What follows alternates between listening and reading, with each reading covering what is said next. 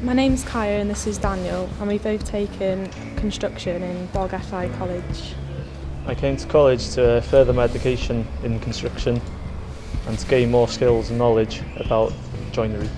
As part of my course, I've made a concrete path for disabled people and taken part in a charity event for breast cancer awareness and made plant pots for the college at the top campus.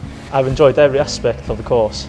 It's gained my confidence. I've learned a lot more things, new skills, knowledge about everything. Enjoyed everything.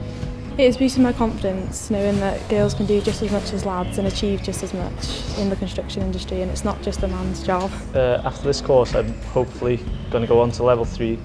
Then after that I'd like to move on to have my own business, or maybe move abroad to somewhere like Australia and maybe have my own business there one day. I'd recommend this course as it gives you the opportunity to try out different trades before making your decision in what you want to go into. Just to enjoy it, go for it, stick at it. It might be hard at the start, but if you carry on, practice makes perfect.